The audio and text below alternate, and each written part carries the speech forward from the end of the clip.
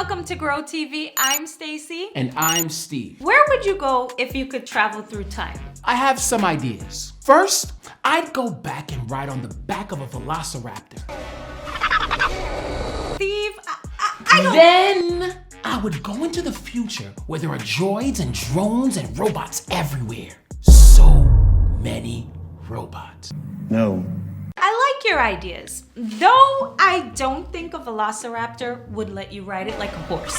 Maybe we could start smaller? I would really go back to when I was a kid. That sounds cool, I guess. Haven't you ever wanted to talk to Kid Steve? Yeah, I guess.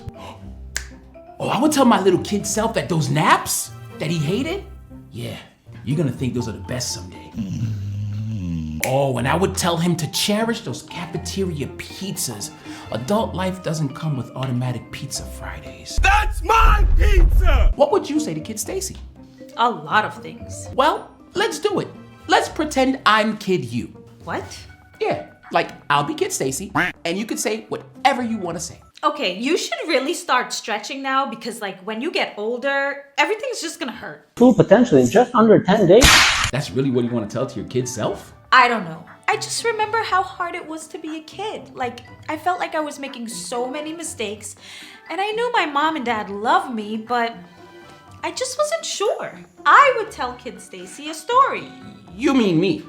Okay, that's weird. It's about a prophet from the Bible named Hosea. Oh, I love this story. The story comes from the book of Hosea, chapter 11. It was a time when Israel had split into two separate kingdoms. The northern part kept the name Israel, while the southern part became Judah. Hosea was a prophet who lived in Israel. I would not want to travel back to that time and place. There were some pretty bad rulers back then, like Jeroboam II, who was the king of Israel. Jeroboam was a terrible leader. He didn't care about what God wanted. Instead, he left the people to worship idols and ignore God completely. Which made it very hard for the people in Israel to remember God's love for them, to focus on God or anything they were supposed to be doing. It was a time when people felt distracted, discouraged, or maybe like God had left them alone. We can all relate to that sometimes, right? Right, I know Kid Stacy could. So God called Hosea to be a messenger or a prophet to remind the people of Israel how much God loved them. Hosea explained that God loved Israel like a parent loves their child, caring deeply even when they messed up. Hosea 11 says, I led them with cords of human kindness, with ties of love. To them, I was like one who lifts a child to the cheek, and I bent down to feed them. Think of a parent helping their kid learn how to walk or ride a bike, supporting them with every step or pedal, and keeping them safe. That's how God felt about Israel. God wanted to guide them and protect them. Which was really cool because it was a time when Israel needed that kind of guidance. They were a little wobbly. Instead of being grateful, the people of Israel ignored God. They worshiped a false god and weren't even thinking about loving or following God anymore. This broke God's heart.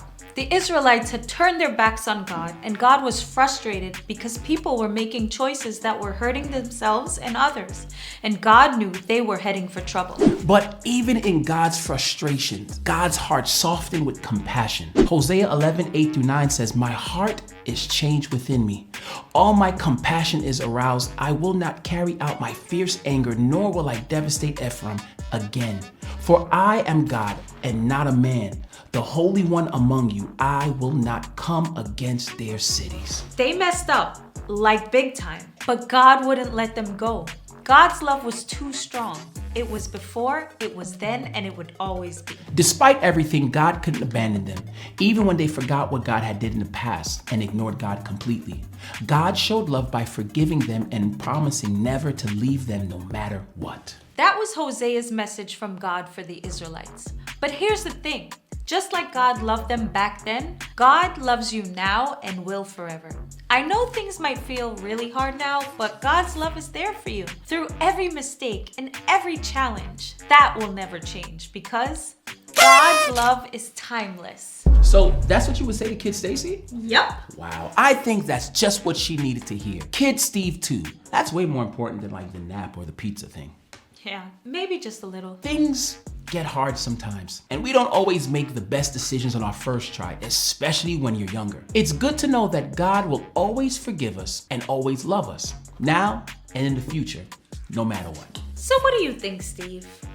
Go back and talk to the younger you, ride velociraptors, or hang out with all the droids and drones?